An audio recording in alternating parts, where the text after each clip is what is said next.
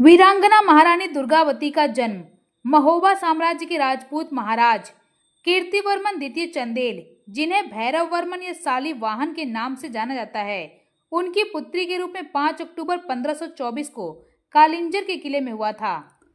1542 में उनकी शादी दलपत शाह से हुई, जो गड़ा साम्राज्य के गोंड राजा संग्राम शाह के दत्तक पुत्र थे। महोबा के चंदेल और गोंडवाना इस विवाह के माध्यम से सहयोगी बन गए।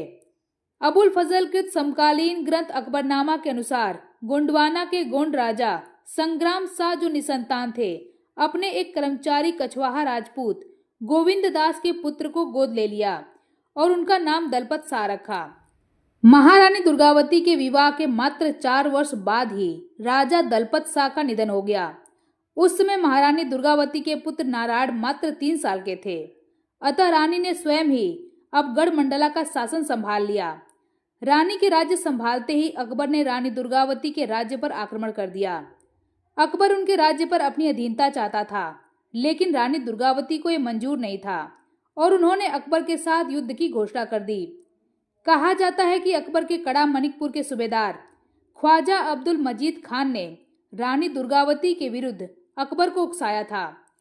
अकबर अन्य राजपूत घरानों की विधवाओं की तरह दुर्गावती को भी रानीवास की शोभा बनाना चाहता था, जिसके बाद उनके राज्य पर कई बार आक्रमण किया, लेकिन रानी दुर्गावती ने अकबर के जुल्म के आगे झुकने से इनकार कर दिया और अपने राज्य की स्वतंत्रता और अस्मिता के लिए उन्होंने युद्ध भूमि और तलवार को चुना।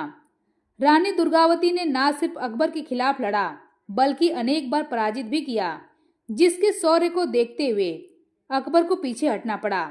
लेकिन दुर्गावती के वीरतापूर्ण चरित्र को भारतीय इतिहास से इसलिए काट कर रख दिया गया क्योंकि उनको मुस्लिम शासकों यानी कि अकबर को महान दिखाना था।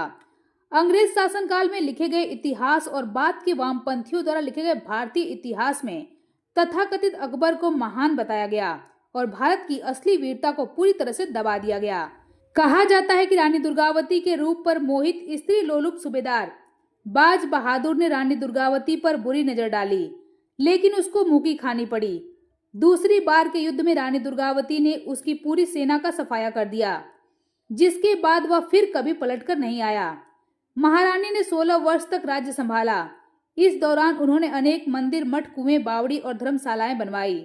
राज्य के कल्याण के लिए वो सब कुछ किया जिससे उनकी प्रजा को कोई तकलीफ ना हो।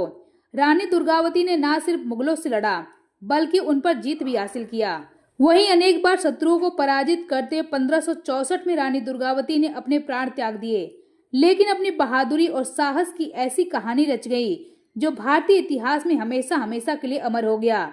उनकी मृत्यु के पश्चात उनके देवर चंद्रशाह शासक बने, लेकिन जल्द ही उन्होंने मुगलों की अधीनता स्वीकार कर ली।